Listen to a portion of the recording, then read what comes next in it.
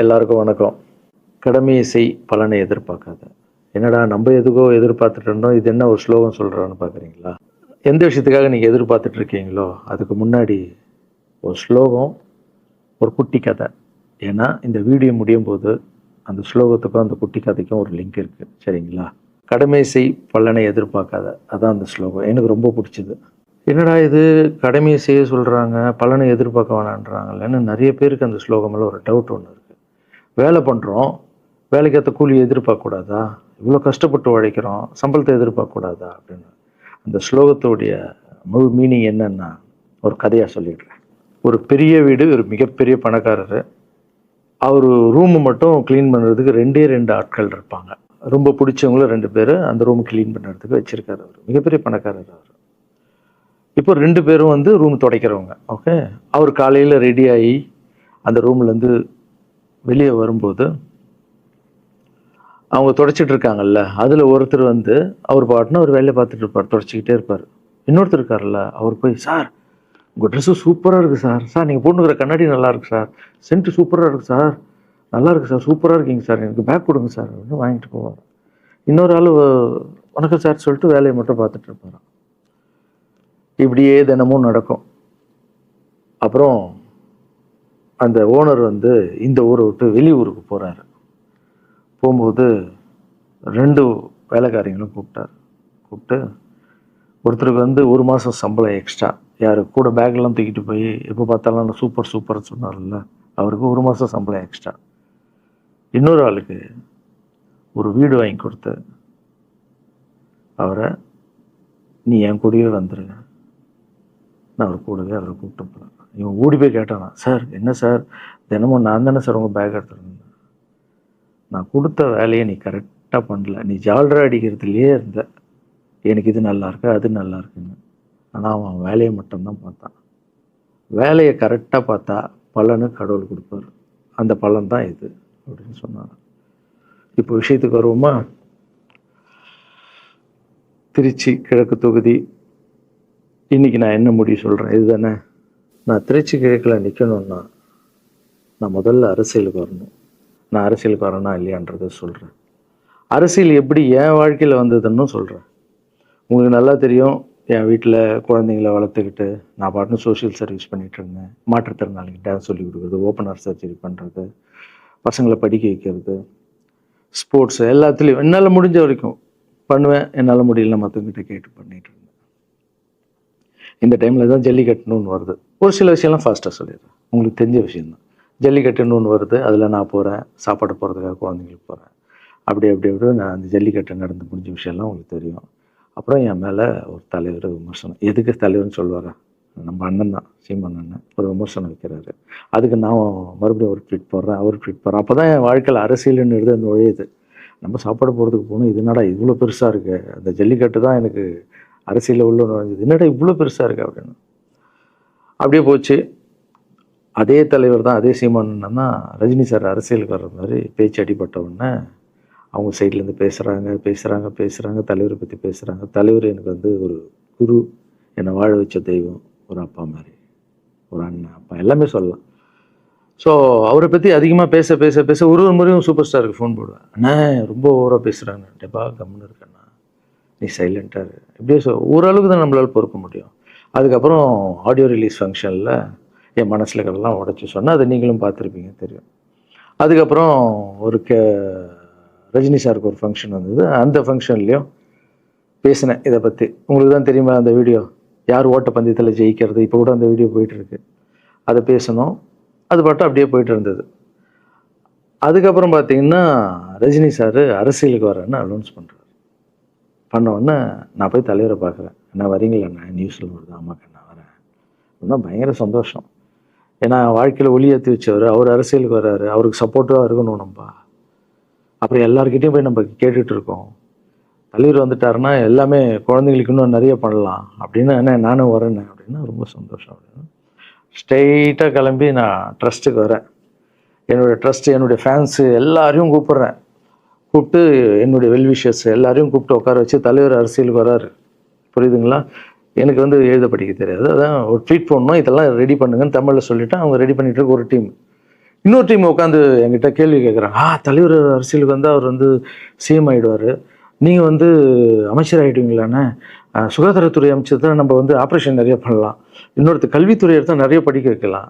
டேய், கடமை செய்யணும், பலன் எதிர்பார்க்கக்கூடாது. சுகாதாரத்துறை அமைச்சர், இது வந்து கல்வித்துறை, இதெல்லாம் படிச்சவங்க வர இடம். அண்ணன் படிக்கலடா. எல்லாருக்கும் படித்த இடத்த போட்டு ஒரே இடத்துல போய் முடங்கி போய் படிப்புனா படிப்பு மட்டும், எல்லாம் கட்சி வளரட்டும், தலைவர் வரட்டும், எல்லா துறையிலேருந்து ஹெல்ப் கேட்டு நல்லா பண்ணுவோம், பெரிய ட்ரஸ்ட்டு கட்டுவோம். இப்போன்னா சின்ன ட்ரஸ்ட்டில் தான் நம்ம இருக்கோம். சின்ன வீட்டில் 60 குழந்தைங்க நீங்கள் இருக்கீங்க, 100 ஏக்கரில் கட்டுவோம். ஊனமுற்றோர்கள் இந்த பக்கம் திருநங்கைகளுக்கு, இந்த பக்கம் முதியோர்களுக்கு ஒரு பெரிய ட்ரஸ்ட் கட்டி பண்ணுவோம்டா. சூப்பர்ண்ணா. இன்னொருத்தர் டக்குன்னு அங்கேருந்து, அண்ணா நம்மளை எதிர்த்து பேசின்னு இருக்கார்ல சீமான் அண்ணா, அவருக்கு ஆப்போசிட்டாக எதிர்த்து நில்லுங்கண்ணே அப்படின்னா. அது அரசியல் இல்லை. ஒருத்தர் மேலே கோவத்தால் நம்ம அரசியலுக்கு வந்தால் அது வந்து வெறுப்பு அரசியலாக மாறும். அரசியல்ன்றது மக்களுக்கு நல்லது பண்ணுறதுக்காக வரணும். இப்போ அவரை நான் அழிக்கணும், அவரை நான் ஏதோ ஒன்று செய்யணும்னு அந்த ஆசையில் வந்தேன்னு வச்சுங்களேன், ஆசை என்ன கோபமாக மாறும். கோபத்துலேருந்து என்ன வரும், வார்த்தைகள் தப்பாக வரும். வார்த்தைகள் மட்டும் வராது, தப்பான வார்த்தைகள் வரும். மக்களுக்கு நம்ம மேலே மரியாதை இல்லை, மக்களுக்கு நம்ம மேலே மரியாதை இருக்காது, போயிடும். ஸோ அதால் அரசியலுக்கு வரணும்னா அவரை அழிக்கிற இவழியாக இருக்கு. பதிவை பற்றி பேசுகிறத ஃபஸ்ட்டு விடுங்கடா, ஃபஸ்ட்டு வேலையை பார்ப்போம்டா. நம்ம தலைவர் வரேன்னு சொல்லிட்டாரு, ட்வீட் போடுங்களா அப்படின்னு ட்வீட் போட்டுட்டு அங்கேருந்து போட்டுட்டு வீட்டுக்கு போகிறேன். இங்கே தான் பெரிய ட்விஸ்ட் இருக்குது எனக்கு. வீட்டுக்கு போகிறேன். வீட்டுக்கு போனோன்னா எப்பவும் நான் அம்மா கிட்ட போய் ஒரு விஷயத்த சொல்கிறதுக்கு முன்னாடி ஒரு சர்ப்ரைஸ் ஒன்று பண்ணுவேன். எங்கள் அம்மா கோவில் கட்டுறது கூட, கோவில் கட்டிட்டு ஸ்டாச்சுலாம் ஆர்டர் பண்ண அப்புறம் தான் அந்த ஸ்டாச்சுவே காமிச்சாங்க அம்மாவுக்கு. அதே மாதிரி அரசியல் விஷயத்துலையும் போய் சொல்லலான்னு அம்மாவை கூப்பிட்டு ஃபேமிலியெல்லாம் உட்கார வச்சு, அம்மா தலைவர் அரசியலுக்கு வர்றாரு, சரி கண்ணா, நானும் அரசியல் போடுறேன், இங்கே பரமா ட்வீட் போட்டிருக்கேன் அப்படின்னு. அம்மா முகம் டக்குன்னு மாறிட்டு ஓகே கண்ணா, ஓகே கண்ணா சாப்பிடலாம் அப்படின்னு எழுந்து போயிட்டாங்க. என்ன இப்படி போக மாட்டாங்களே, ஒரு விஷயத்த சொன்னால் சூப்பர் கண்ணான்னு பேசுவாங்கள்ல, 1 hour அதில் இருக்கிற நல்லது கெட்டது எல்லாம் பேசுவாங்க, என்ன போயிட்டாங்க அப்படின்னு ஒரு ஃபீல். சரி, இது உடம்பு சரியில்லை போல, அப்செட்டில் இருக்கான்னு விட்டேன். அப்புறம் 2-3 நாள் அவங்ககிட்ட பேசவே மாட்டுறாங்க. கூப்பிட்டு உட்காரு, என்னம்மா உனக்கு பிரச்சனை, ஏதாவது தப்புன்னா அடின்னா அடிச்சிடுமா, என்னம்மா இப்படி பேசாமல் இருக்குன்னா, இல்லை கண்ணா நீ அரசியல் போனது எனக்கு பிடிக்கல அப்படின்றாங்க. ஏமா அரசியல் போனால் பிடிக்கல? இல்லை கண்ணா, அது ஒரு சாக்கடை, அரசியலுக்கு போகக்கூடாது, அது வந்து பணம் கொடுக்குறாங்க அரசியலுக்கு, ஊட்டு வாங்குறதுக்கு பணம் கொடுத்து தாங்க நான் ஜெயிக்கிறாங்க. அதுக்கப்புறம் ஜாதி இல்லைன்னுவாங்க, ஜாதி இருக்குது, மதம் இல்லைன்னுவாங்க, மதம் இருக்குது, அந்த சாக்கடைக்குள்ளே நீ போகாதப்பா. நம்மளுக்கு வாழ்க்கையை ஒளி வச்சு ஏற்றி வச்சவர் தாங்க நம்ம சூப்பர் ஸ்டார், அவர்கிட்ட என்னை கூப்பிட்டு போப்பா, நான் சொல்கிறேன், அவர் ஒரு ஆன்மீகவாதி, அவரும் அரசியலுக்கு வர வேணாம், இந்த வயசில் அவர் நிம்மதியாக இருக்கட்டும், எதுக்கு அரசியலுக்கு வர, என்னை கூப்பிட்டு போ, அப்பாயின்மெண்ட் வாங்கி கொடுத்துருந்தாங்க. அப்பாயின்மெண்ட் வாங்கி கூட நானும் வேறு கனவுல வந்து மைண்ட் வைஸ், அம்மா நான் சொல்கிறது கேளுமா, நம்ம எத்தனையோ இப்போ வந்து எல்லா குழந்தைங்களுக்கும் ஒவ்வொரு ஸ்டேஜில் போய் கேட்டு தானேம்மா ஹெல்ப் நடக்குது. இப்போது தலைவர் வந்துட்டாருன்னா நம்ம தாராளமாக பண்ணலாம்லம்மா, உன் கையில் எவ்வளோ காசு இருக்கோ அதுக்கு மட்டும் செய், அரசியல் வேணான்னு சொல்கிறேன் அப்படின்னு போயிட்டான். அந்த ஃபேஸ் வந்து அதுக்கப்புறம் அடிதான் நம்மளுக்கு. சரி, இந்த உலகத்தில் அம்மா மீறி பண்ணலாம், ஆனால் நான் உருப்பிட மாட்டேன், எனக்கு நல்லா தெரியும். இந்த உலகத்துலேயே எனக்கு யாருன்னா எங்கள் அம்மா தான். அது அம்மா இல்லை, எங்கள் கடவுள்னே சொல்லலாம், நான் எதிர்க்க பார்க்குற கடவுள். சரி, அம்மாவுக்கு சொல்லி புரிய வைக்கலாம், என்னடான்னு தலைவர்கிட்ட போய் எப்படி சொல்கிறது, பசங்கிட்ட ஒரு பயங்கர பில்டப் கொடுத்துட்டோம், அது இதுன்னு எல்லாம் வேற பார்த்துட்டு இருக்காங்க, என்ன பண்ணுறது. அந்த டைமை பார்த்து கொரோனா வருது, ஒரே ஷாக்கு, வெளியே போக முடியாதுன்றாங்க, இல்லைன்னா முடிஞ்சு போச்சு. பிரச்சாரம் பண்ண வெளியே போக முடியாது, தலைவருக்கு உடம்பு சரியில்லாமல் போகுது, ஹைதராபாத் ஷூட்டிங் போகிறார், உடம்பு முடியல, அப்படியே எல்லாமே கொலாப்ஸ் ஆகுது. அப்புறம் தலைவர் அலௌன்ஸ் பண்ணுறாரு, நான் அரசியலுக்கு வரல, டாக்டர்ஸ் வந்து போகக்கூடாதுன்னு சொல்லிட்டாங்க, கொரோனா டைமில் நம்ம வந்து பிரச்சாரம் போக முடியாது, அந்த காரணம் சொன்னார், இது உங்களுக்கு எல்லாருக்கும் தெரியும். அவ்வளோதான், தலைமையில் கை வச்சுன்னு உட்காந்துட்டோம். நான் ட்ரஸ்ட்டில் இருக்கிற குழந்தைங்க மற்றவங்க எல்லாரும் என்னென்னோ நினச்சி ஒர்க் பண்ணிட்டு இருந்தால எல்லாரும் அப்செட்டில் உட்காந்துருக்கோம். தலைவர் ஒருத்தம் போய் பேசி பார்க்கலாம் அவர்கிட்ட, தலைவர் வர்றாரு, கூப்பிட்றாரு, போகணும். அந்த மாதிரி தலைவரை பார்த்ததில்லை நான். அப்படியே எனக்கு புரிஞ்சுது, அவர் ரொம்ப வலியில் இருக்கார் அப்படின்னு. எவ்வளோ சுறுசுறுப்பானால உடம்பு முடியலைங்கண்ணா, பரவாயில்ல, உங்கள் உடம்பு தானே முக்கியம், என்ன இதெல்லாம் என்னென்ன தூக்கி போடுங்கண்ணா. இல்லைங்கண்ணா, இத்தனை வருஷம் என்னை வாழ வச்சாங்கல்ல, அவங்களுக்கு ஏதாவது ஒன்று பண்ணணும்னு நினச்சேங்கண்ணா, இங்கே குத்துதுக்கண்ணா, எனக்கு என்ன பண்ணுறதுன்னு தெரியல, ரொம்ப கஷ்டமாக இருக்குது அப்படின்னா. அண்ணே அதை விடுங்கண்ணே, எல்லாம் அப்படின்னு அவர்கிட்ட பேசிட்டு அவர் வந்து அப்போ நான் முன்னாடி பேசும்போது அவர் சொல்கிறார், நான் கூட பதவிக்கு வரணும்னு ஆசைப்படல, இன்னொரு நல்ல ஆளை படித்த ஆளை அங்கே நிற்க வச்சு பார்ப்போம். யாருன்னே சொல்லுவேன், யாருன்னு கூட சொல்லலை. அது அப்படியே போச்சு. அவர் மனசுக்கு மட்டும்தான் தெரியும், யாருன்னு கூட சொல்லலை. ரொம்ப அப்செட்டாக இருந்தார். சரி ஓகே, இதுவும் கடந்து போகணும். அப்படியே கடந்து போச்சு. எனக்கும் காஞ்சனா படம் அது இதுன்னு பெரிய ஹிட் ஆகுது. அதுக்கப்புறம் யாருக்கிட்டேயும் நீங்கள் யாரும் எனக்கு ஹெல்ப் பண்ண வேணாம். முதல் நாள் நான் கலைஞர் ஐயா கிட்ட ஹெல்ப் கேட்டேன். அவர் ஒரு சில குழந்தைங்களுக்கு ஹெல்ப் பண்ணார். அதுக்கப்புறம் அன்புமணி ராமதாஸ் ஐயா, அவரும் ஹெல்த் மினிஸ்டர் இருக்கும்போது அவர் ஒரு சில குழந்தைங்களுக்கு ஹெல்ப் பண்ணார். அப்புறம் நம்ம விஜய் சார் நண்பர், அவர் ஒரு குழந்தைக்கு ஆப்ரேஷன் பண்ணார். ஸோ இருக்கும்போது என்னால் முடிஞ்ச வரைக்கும் சொந்த பணத்தை போட்டு பண்ணிவிடுவாங்க. முடியாத போது தான் நான் அந்த ஹெல்ப்பை கேட்பேன். இப்போ தான் நல்லா வந்துட்டுமே, யாருக்கும் எனக்கு பணம் கொடுக்க வேணாம், இனிமேல் என் சொந்த பணத்திலே பண்ணுறேன்னு சொல்லிட்டு நான் பாட்டுன்னு ஒரு வீடியோ கூட நான் போட்டேன், இனிமேல் யாரும் பணம்லாம் கொடுக்க வேணாம். அப்படியே போயிட்டுருக்கு. காஞ்சனா எல்லாம் முடிஞ்சு ஜிகிர் தண்டா படம் ரிலீஸ் ஆகுது. ஜிகிர் தண்டா பார்ட்டி போயிட்டுருக்கு. டைரக்டர் நின்று பேசுகிறேன். நான் டைரக்டர் கிட்ட போகிறேன். டைரக்டர் யார்கிட்ட ஃபோனில் பேசிகிட்டு இருக்காரு. அப்படியே பேசிகிட்டு இருக்கிறவர் டக்குன்னு இந்தப்பா சீமானன் பேசுவான்னு கொடுத்துட்டாரு என்கிட்ட.